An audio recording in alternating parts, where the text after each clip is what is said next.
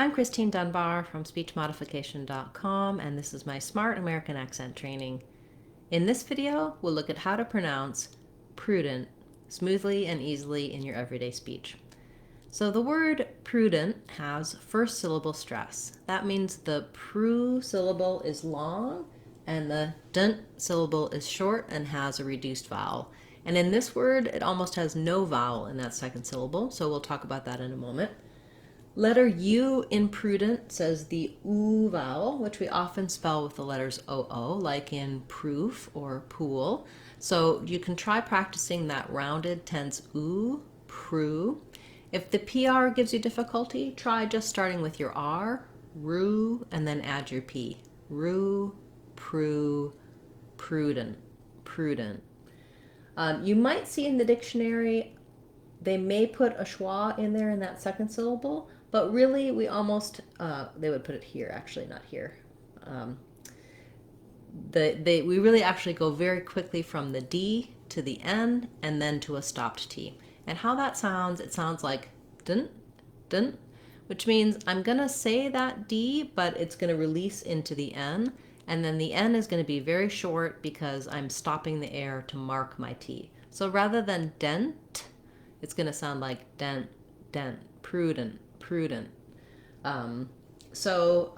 This is kind of a, it's okay to say prudent, prudent, prudent with a little bit of a vowel. If you do that, it'll sound mostly kind of, I would try like a little dent sound, but you'll notice that native speakers really don't do a vowel here.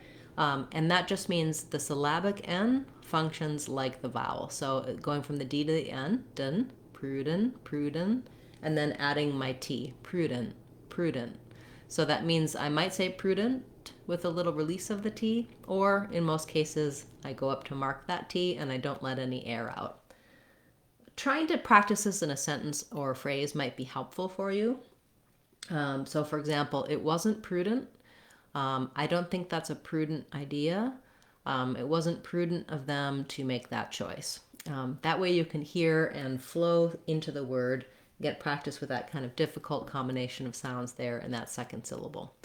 You can see more about these stop T's and N combinations in my videos for words like important and a few other videos that I have, some for T and N at the end like button and mountain. Those may help you as well. I go into even more detail for all of the sounds of English in our Sounds of English course on speechmodification.com. It can tell you about what the letter T does in different places and the sound T does in different places in the word, and how you can have what differences there are in the American accent versus other versions of English. So you can check those out on speechmodification.com. All of our courses are either free or available for under $2. So they're a great resource to build a foundation to be able to pronounce any word that you like in American English. I'd even say it was prudent to go there and check them out. Thanks so much for this request. If you have a request you'd like to see me cover in the Word of the Day series, feel free to leave that in a comment for this video or any of my videos. I'll add it to my list to cover in a future class.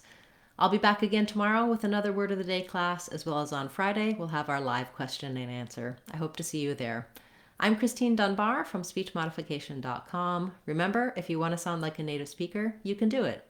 speechmodification.com. Bye everyone. Hope to see you again soon.